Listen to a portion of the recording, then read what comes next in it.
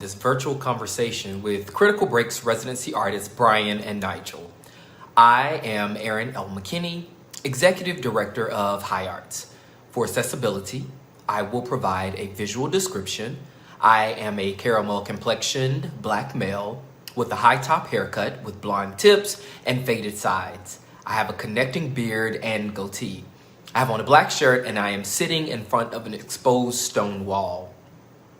I want to take a moment to acknowledge the people and the land that High Arts offices and studio space is situated on. We honor and acknowledge the Munsee, Lenape, and Wappinger people that cultivated this soil that we now call East Harlem, New York. I am so excited to invite you to this Critical Breaks process during this stream. Brian and Nygel are amazing artists who have put in some amazing work during this time with us.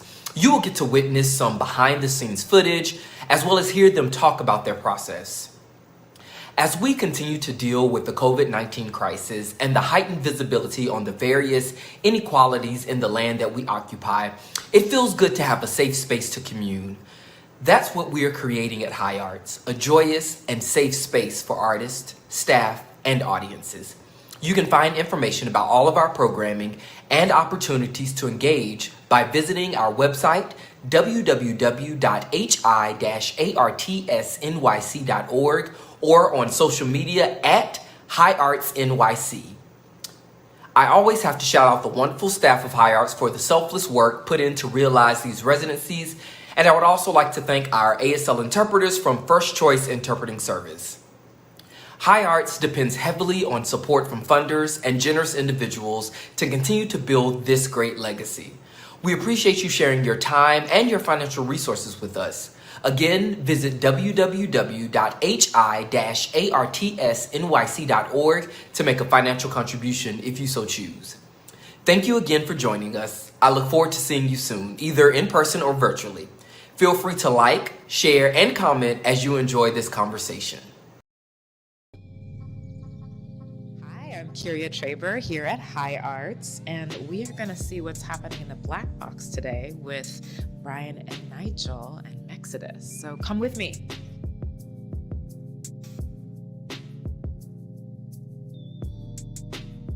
Rehearsal in progress.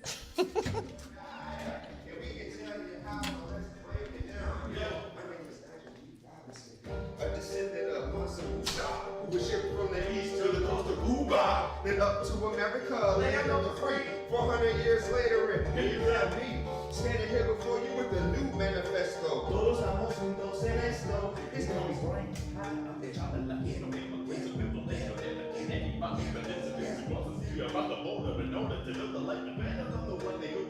Just look out the side struggle, just to break it in and hustle once they made it them for hard to be accepted, and the land is barricaded in.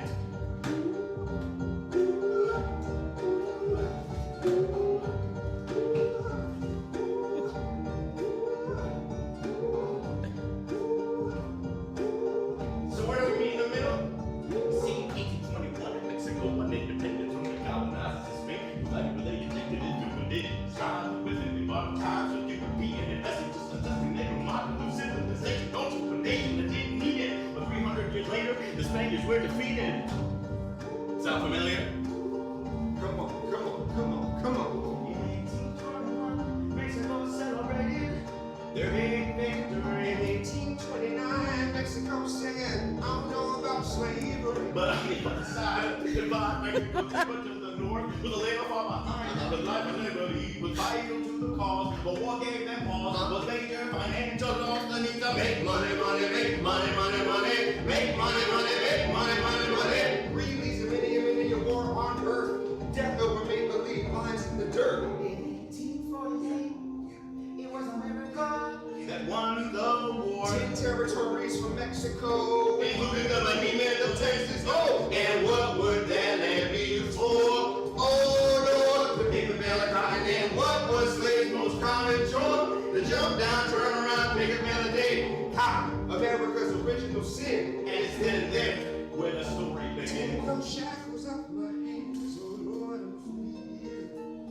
Take that noose around my neck, don't stop me. Take those shackles off my hands, oh Lord, I'm free. And there's no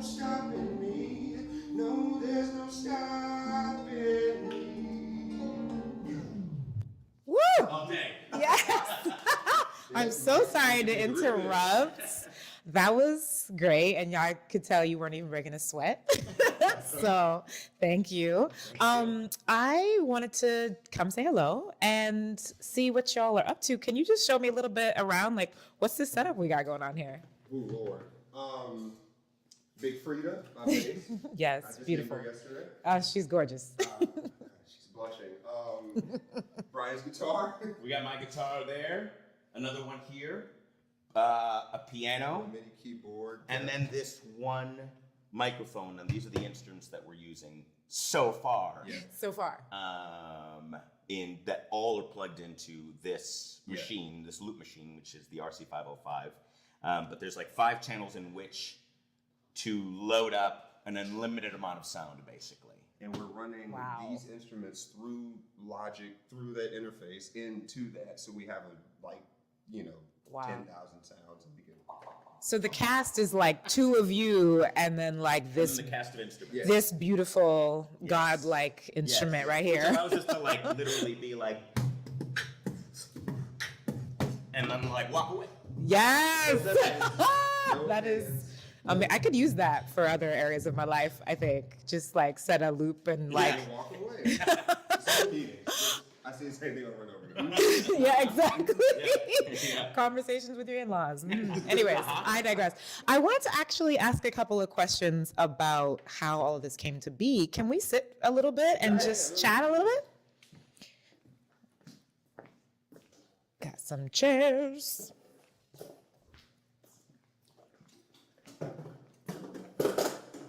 Oh, am I sitting in the middle? Yeah. Okay. All right. Hello. Will you, each of you, say your full names for me? Oh, I am Nygel D. Robinson. I am Brian Quijada. Awesome. Beautiful. And so I happen to know that you two met in a very unusual way at a very unusual or unprecedented time. Who tells the story best? It's like a good joint story, Okay, I would say. Our love story, how we came to meet. We were both guest speakers at an actor-musician workshop in the city in February, right before the world died. And In 2020. yes, February 2020. And Brian walked in, he was like, yeah, man, looping is the future. And I love Brian. I liked your Brian voice. That was good. Yes. But Brian was like talking about looping, and I had my bass, and like I was like doing like some Shakespeare stuff, and like we both walked up to each other at the end, and we were like, I don't know what we can do, but we need to know each other. I just want to pause on bass and some Shakespeare stuff. That we can come back to that later. That sounds really cool. Go on. Oh, it was dope. It was fun, but I was like an exercise that we did. But yeah, like I walked up to him, I was like, yo, I don't know what we can do, but we just need to know each other. All right. And at the time, I mean, he played bass during this workshop, but he also played piano. And I'm like, do you play other instruments? And he's like, I play trumpet, I play guitar. I'm like, Nygel, do you loop? And he's just like, no, not really. I don't even, I'm not quite, like I know a little bit about it. And I'm like, I was like Liam Neeson. I'm just like, you have a particular set of skills that will make you very dangerous on a loop machine. And I'm like, you should like, we should make something. And so about a week later, he came over to my house. And I'm just like, this is a loop machine. Let's just make something. And weirdly, I was just like, okay, we started making some beautiful music. And then I pitched him this idea about this article that I had read years ago about the Underground Railroad that led south to Mexico. Oh, so you had already encountered this and been sitting on it. Yeah, I'd been sitting on it, but I'm just like, I'm like, yeah, I can't write this alone. I need I need to expand the story and really do some further research and like have a partner in this. Yeah. And I pitched him the idea, and then he started doing "Take These Shackles Off My Hands," and I'm like, "What?" And so he kind of kept that in my computer, and a couple weeks later, the world changed. Yeah. Brian sent me a whole song, like the first song. The world shut down first, and then Brian sent an entire song. And then it was just like, okay, I based off of this kind of this. What did you call it? You used that little clip of music. Negro spiritual. Yeah, he like had written this Negro spiritual, and I'm like, okay, cool. Off of this, I used that as kind of like the inspiration to write that number that we were just doing. Yeah. And I sent it to him, and he started adding stuff to it. And he was in North Carolina. Yeah. I escaped. escaped New York. Yeah, I ran away. Yeah. So I was based in North Carolina with my mother and aunts and family. So you can imagine. I love y'all. Yeah, if you're right. watching. Right, but it's a particular kind of environment. Yeah, 27-year-old, like, oh, I'm home. You're right. But yeah, like, so we, Brian has a really good relationship with New York Stage of Film, and they called him and were like, you want to do anything? And he was like, actually, yeah, I do. Like, I have this project, and I met this guy, and like, we want to work on it. So we all had a meeting, and we started talking, and then we came up with the, Liz Carlson came up with the genius plan to like, all right, let's make a track a month for a year, and maybe after a year, we'll go Bless to Power. Liz. Yes, Bless her. genius. Yeah. So shout out to Liz Carlson. But she was like, let's make a track a month, which took all the pressure because it's like, oh, we only need to like talk a little bit and like put a track, one song together per month, and then the goal was to get to Powerhouse in the summer and like do a thing, and that's what happened. Amazing. Wow. So wait, I have several questions, but I'm going to try to limit myself. So first of all, when this guy that you just met, who he had a cool voice and he seemed interesting, but he came up to you with this historic context of this underground railroad from the United States to Mexico, what were your first reactions? What was going through your head when you heard about this? My mind was blown because it's something I never learned in school. Like they don't want to teach us that, and like going deeper into it, like they don't want to teach like this black and brown solidarity that we're talking about, and like that was like the perfect story. But yeah, when Brian told me that, and I was like shocked. I was like, really? It went to, but then it made sense. I'm like, duh, if you're in Texas, like you're not going to make it to Virginia, you're going to make it to Mexico before then. Right. And then the other thing was like, I've never written an entire show like to completion. I've never done anything like that. And I'm like, this is a chance to like have an accountability buddy and be like, all right, we got to do this thing. So then like last year I was like, oh, I almost cussed, but I was like, oh my God, look, we made a thing. Right. I mean, it's not done. But like we made a thing. You did. You know certainly did. Yeah. So yeah, like those are the two like big things that like popped in my mind when Brian like approached me with this idea. Yeah. And I mean, I just want to pause for a moment on like what you're saying about the power of black and brown solidarity and how that's kept from us. I mean, you know, we don't even often think about black people speaking Spanish, let alone being in Mexico, let alone having ties to slavery in the United States. Right. So there's so much that is really maybe reshapes our imagination about what the black identity is on this continent. It's multifaceted. There's so many of us, and there's so many different ways to be black. Nia and I were talking about that the other day. Your stage manager, Nia. Yes. Oh, yes, our stage manager, Nia. You want to shout out full name, stage manager? What's your stage manager name? Yo, cut that out, bro. Blizzard. Blizzy. Nia Blizzard. Nia Blizzy. Nia Blizzard. What do we need last names for when we're so close and you know we work so well together? Yeah. And she was just walking around like Blizzard. So I'm like, all right, okay. Well, I'm sorry. I knew your last name. It came to me. Yeah, got it. Yeah, shout out to Nia Blizzard. Cool. All right. Putting up with our craziness every day, like what just came out of my mouth. So that was one question I have for you, and then for you, the world shuts down around us. I mean, we all remember where we were. Where was your head at? You were like, let me just mix up this song real quick. I was in a tailspin. I think I was I mean, everybody like had lost their jobs. A lot of artists were losing their jobs, and a lot of just regular people were losing their jobs, and it felt like the buoy, the what do you call those floaties? Like floaties. Yeah. What? The life preserver, yes, the life raft. It felt like something to cling on to, and I think the fact that we gave ourselves a year, and that Nygel, we were in isolation, but we had something to check in about. Yeah. Also, that like we were coming to get the story of us making this story in a weird way reflected also the story that we were trying to tell in the play, which is in the end about brand new friendship, you know, like it could have gone really bad. Like we talk about it all the time, where it could have been like we just met, we kind of like had like little talent crushes on each other about what we could do, and then we were just like we would have hated each other, but it didn't happen. Yeah. And the story, in a lot of ways, is so reflective of the actual history, but in the end, it's about two guys. It's wicked. You guys it's wicked. We're basically rewriting Brett Wicked. Right. It's wicked, set in 18 something. Yeah. Right. Yeah. Oz is Mexico. Right. Yeah. Got it. It's all coming together. Wait, Brian, did you call me your life preserver? You're my life preserver. Yeah, dude. Brian. Aw. You're keeping me Oh, afloat. guys. Let's make it cute. Shut the cameras on. No, I love that. Well, and well, I want to talk a little bit more about how you made in this sort of virtual way, because I think that's still something, a challenge for some folks, is figuring out how to make in these like sort of on again, off again pandemic times. But first, maybe like, let me give you a chance. What drew you to this story, and what do you think about it now? What drew me initially to this story was I write a lot about the border, and so I was just I've been over the years of writing about this over and over and about kind of exploiting my family stories, for lack of a better word. Who among us? Is that I saw this story and it's like a reverse border story. It's an immigrant story. Yeah. It's just it's crossing in the opposite direction. Right. So that's what kind of drew me to it in the first place when I read about it.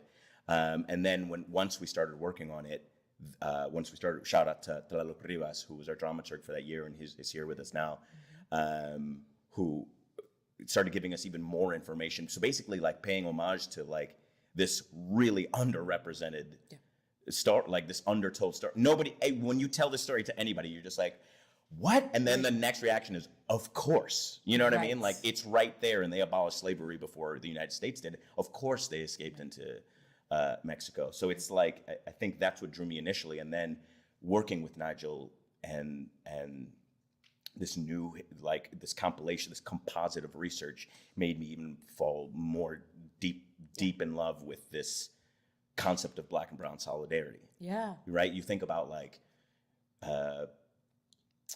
hip, we say we go farther back than the birth of hip hop. Like, it's like Black and brown folk in the Bronx, like creating hip hop. Yeah. It was the Young Lords and the Black Panthers, like here where we are in East Harlem. East Harlem.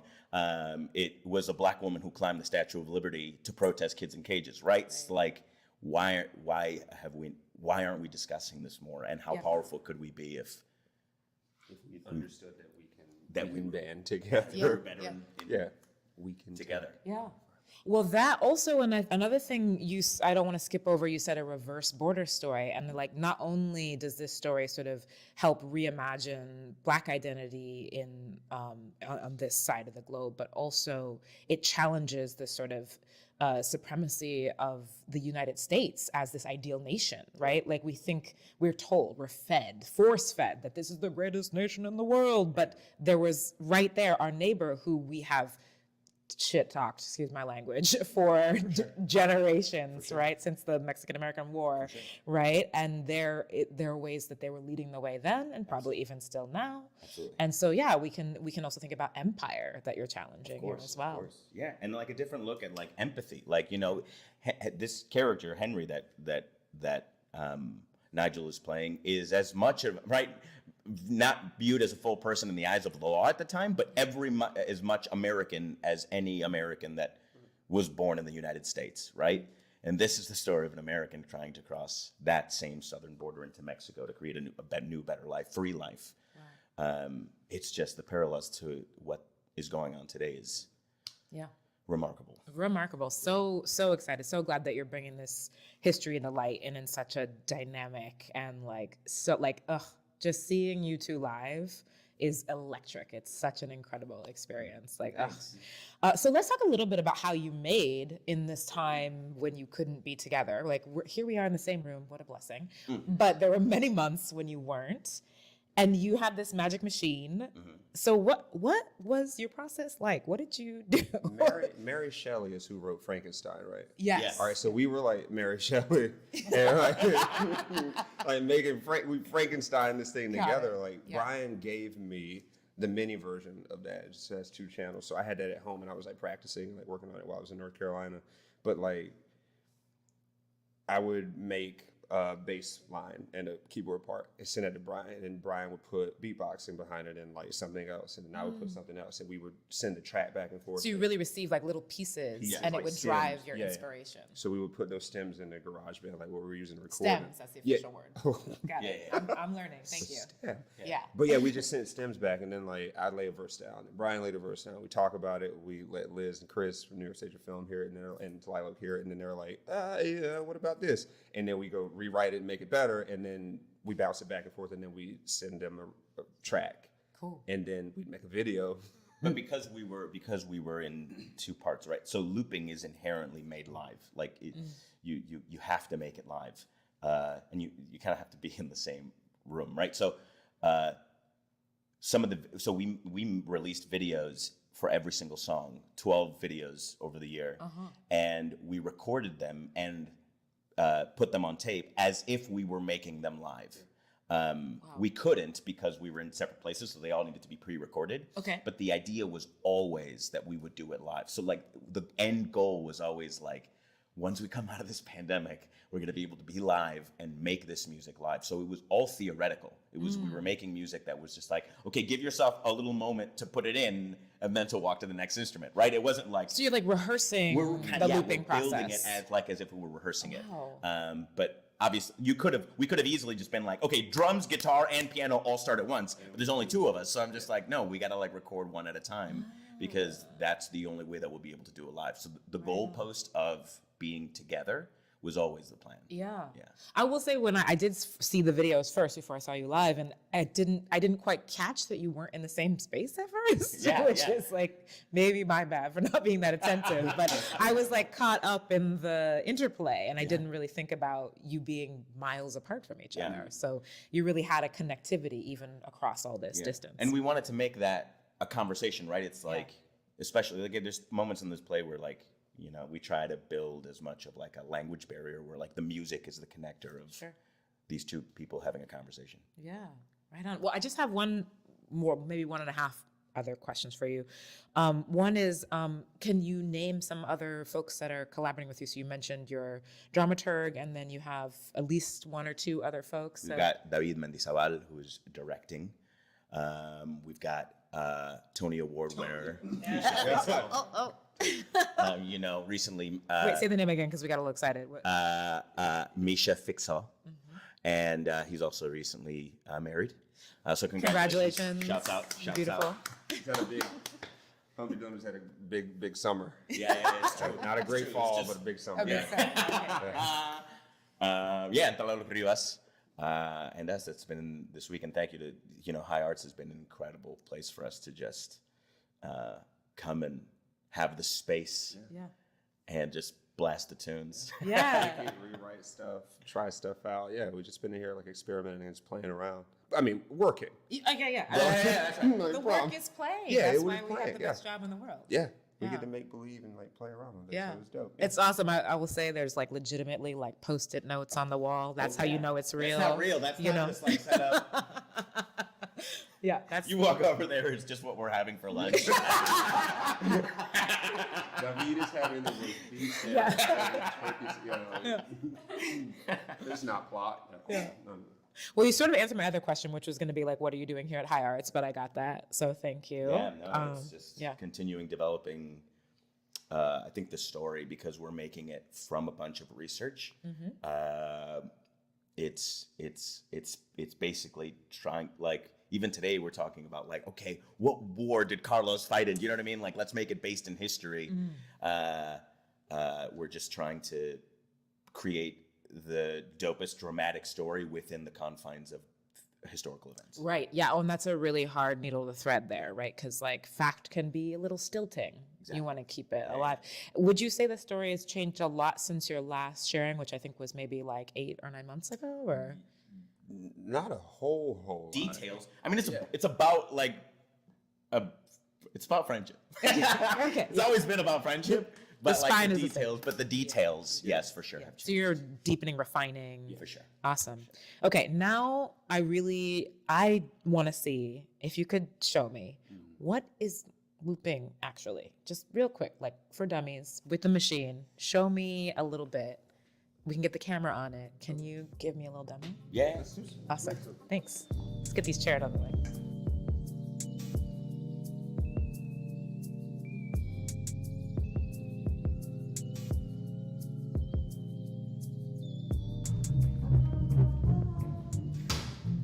So this is how looping works in like, you know, kind of few steps. There's 5 tracks here.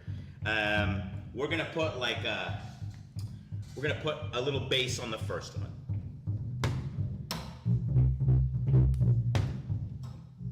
No hands. That keeps playing. Gang, go, gang, gong. So we know that bass is on the first one. It's pre-recorded. I'm not pre-recorded. It's recorded just from when he was doing it. So now Nigel's gonna add some piano, and we're gonna put that on 2.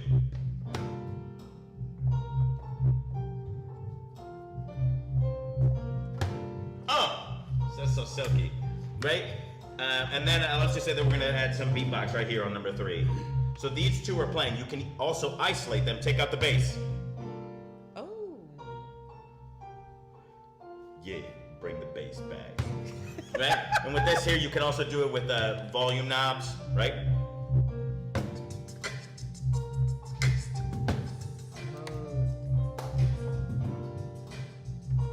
Nigel's gonna add some artificial drums.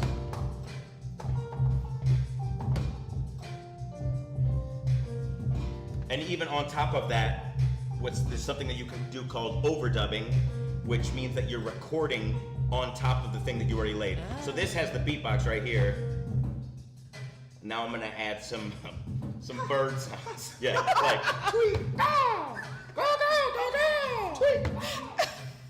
and I can keep going. That's the dolphin. Whoa, that was really good. That was really Right? good. All day. You can just literally, we can go on for a cake, all day, every day. I hope no dolphins are watching this. And then back to it all. Right?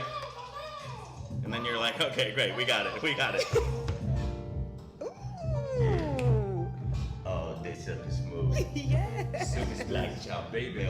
Yeah. Or if you're vegan, drink some silk. You hear this in it. Okay. Let me give us some synth.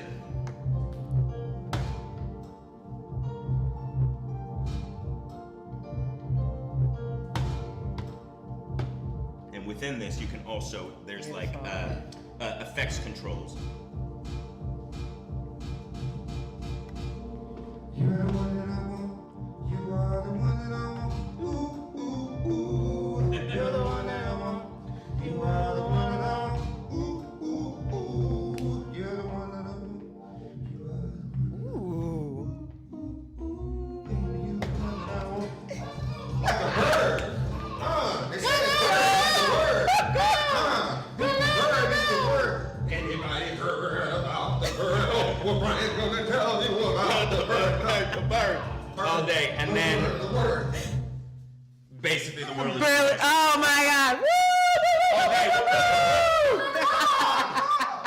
I mean, I do have to say, like, you two, you're like lockstep. You're like, we're gonna be like smooth, we're gonna be silly. Like, you don't miss a beat. It's so good. One person initiates a vibe and we just run. I mean, do you do improv also?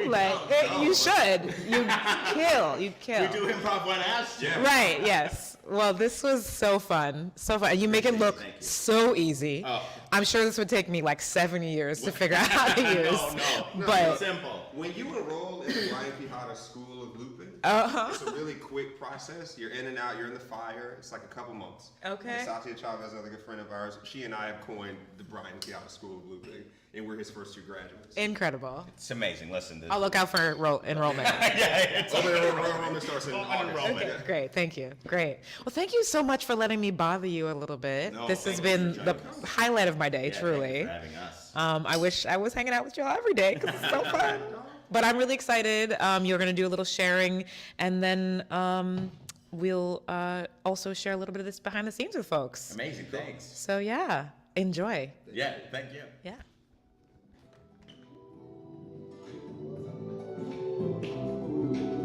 Oh shit. Oh, microphone. All right. Maybe this one won't go anywhere. This is just being recorded, you know. for the hell. We only sing it because that's the way we live with it. Oh, my dear Lord, give us some freedom, baby. We don't need it like home. My dear Lord, have mercy on the proud. Go ahead and stare at us. We are 2 bodies in America. We bleed the same blood of this country and stories we share with you. Over time, I found the books, but all the truth was deep down into a sad imagination of true examination of our nation's early troubles. From the red road, we came out the other side, sickety side. When you're living in this country, it's do or die. But we can tell you how, but let's break it down. Yo, my name is Nygel D. A descendant of Mansa Musa, who was shipped from the east to the coast of Cuba, Then up to America. land of the free. 400 years later, and here you have me, standing here before you with the new manifesto. Todos estamos juntos en esto. They call me Brian Quijada. I'm a child of Latino immigrants, equivalent, no different than any funded participant who wants to see across the border in order to build a life better than the one they knew before, just on the other side. Struggle just to break it in and hustle once they made it in for hard to be accepted in the land that's barricaded in. So where do we meet with? Yo, give them the truth.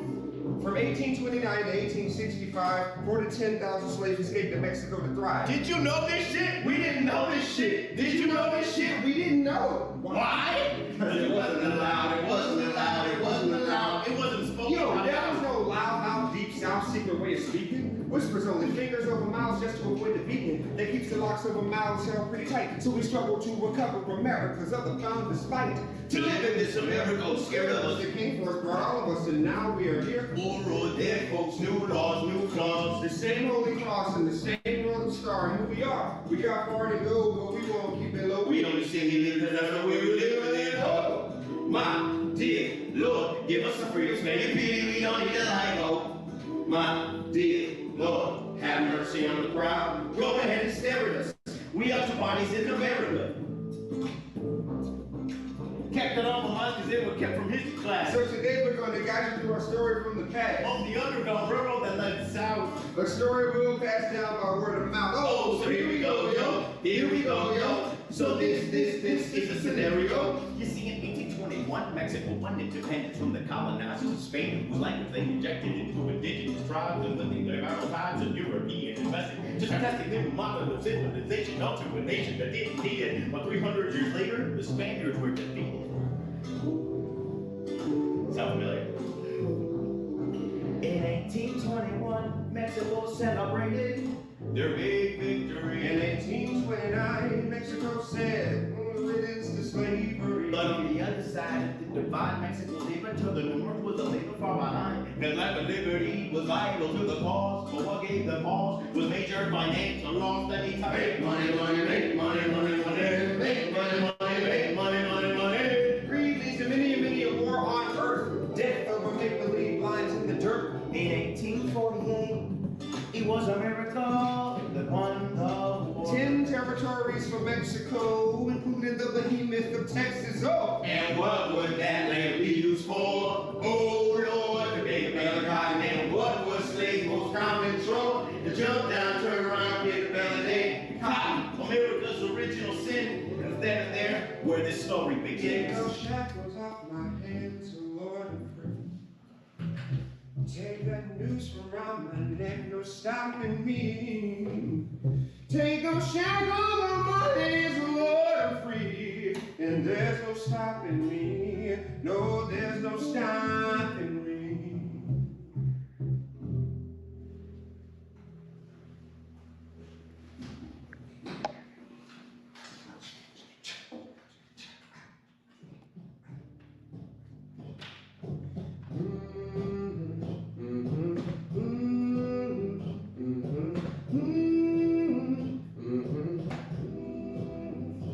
We work every day. We hurt, so we pray.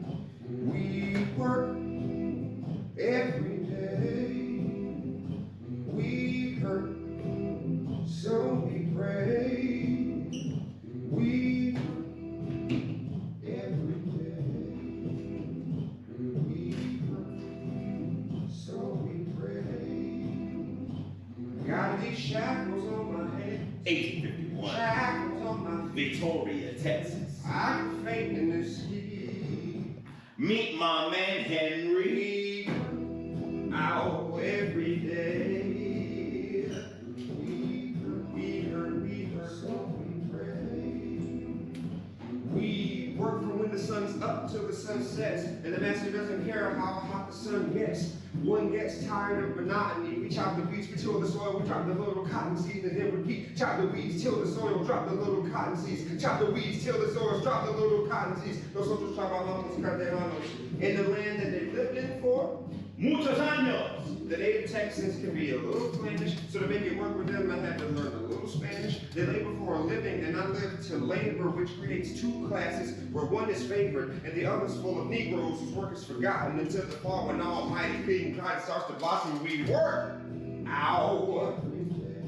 I like the way you work now. So we pray. We work for a man named Jedediah Haskins, who got himself 4,000 acres to bask in Texas, though that land used to be Mexico, which was recently acquired for the cotton they were yet to grow, and the land more fertile than the land back home.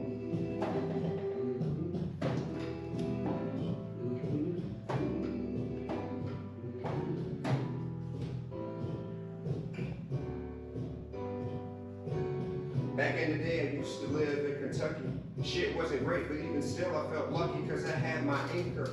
My mother, we didn't have our freedom, but we had each other. I remember she used to fuss at me all the time because I was inclined to eat tomatoes off the vine. I was adventurous. She was the precautious one. I was the mama's boy. I was the sensitive son. And even when my mom was tired and in need of a rest, she would comfort me when I was distressed. She'd hold me close and say, "Look in my eyes. You don't have to worry. Here's my shoulder. You can cry. When the world is cruel, you'll always have me standing by. I'll never leave your side as long as I'm alive. You'll always be protected." But when I was 14 years old, I wasn't even told I was about to be sold. I was ripped away from my mother. I was stripped of my name and was given another and forced to live on the Haskins estate. Now I'm 8 years in the Lone Star State where we work. Every day we hurt, so we pray. Overnight I went from a boy to the man, longing to still be my mother's son.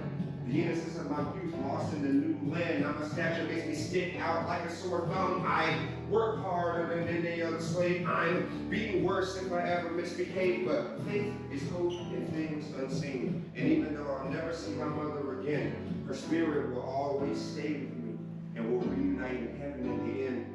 So when I want to break down, I have to be strong. I can think about my mother's song. She would have told me, "It's right, you're right. Keep your chin up high, you can't afford to cry. Though the world is cruel, you'll always have me standing by. I'll always be your guide. Just keep my voice alive, and you'll always be protected. You'll always be protected. I'll always be protected." Grab some water for me. I see a cotton fall like a leaf. It flows into my water, it flows like a bubble. I thank the good Lord for the cool drink down my throat.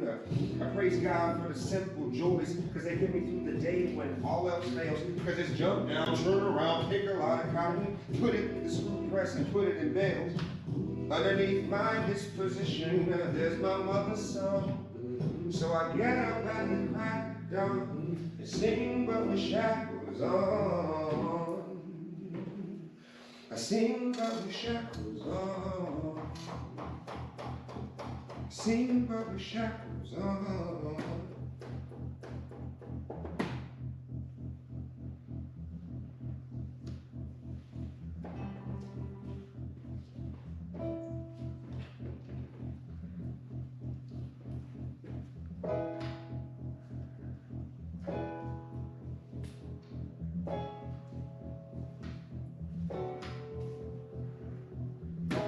Trouble can't last always.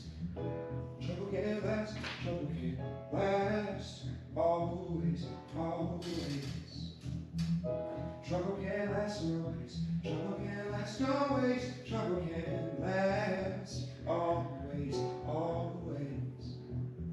does the bird in the cage still sing a tune when he's working in the heat of the afternoon?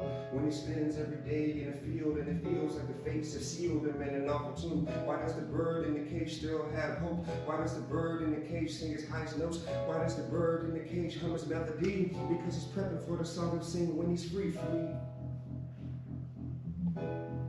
One day I'll sing free.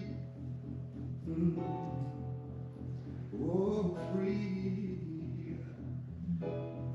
One day I'll sing free.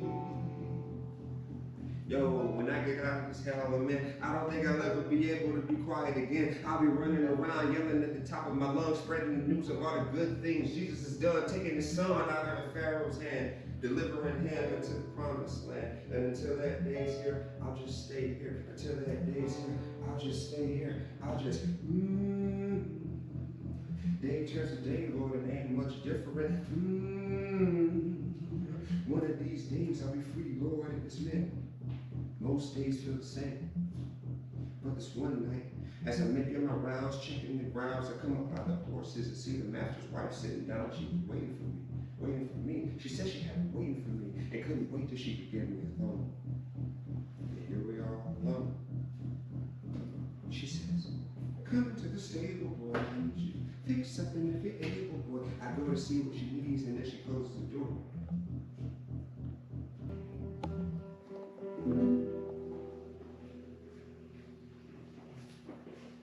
Oh, my dear Lord, I got my justice because it's time that I receive your light. Oh, my dear Lord, I make believers out of those who won't believe in light. Oh, my dear Lord, have mercy on the proud. Jesus.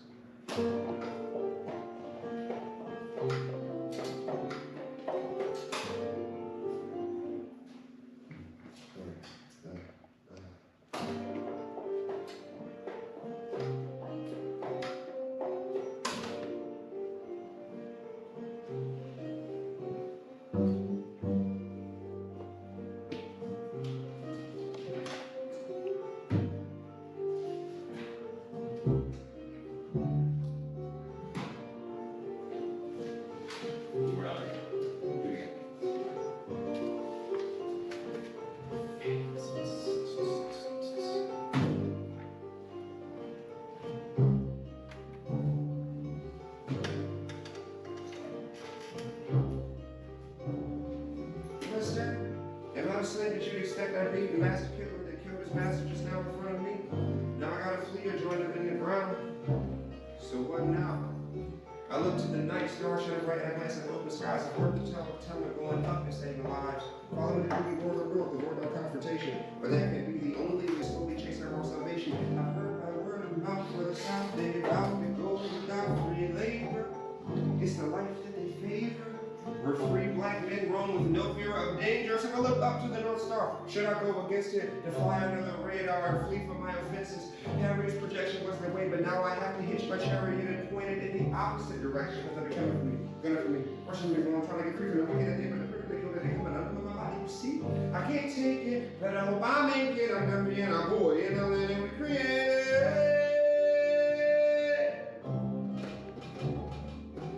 Like the lowly Israelites being crushed by Pharaoh's hand, God will lead us out of hell to our promised Canaan land.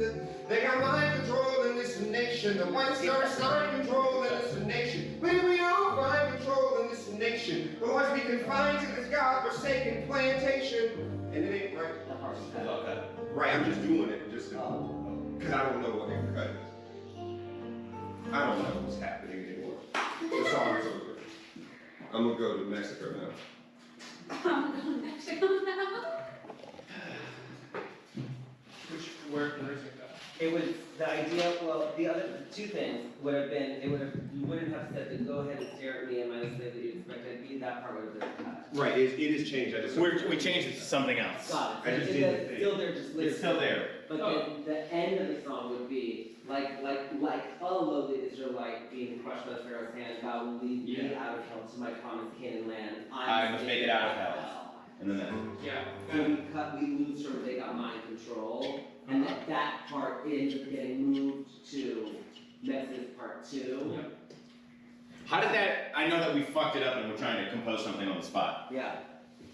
I think there's something interesting about it, because I feel like, I mean, it does feel blunted ending. It does need a better ending. Like, because I hear what you're saying of like, that's not like where that, It needs a couplet.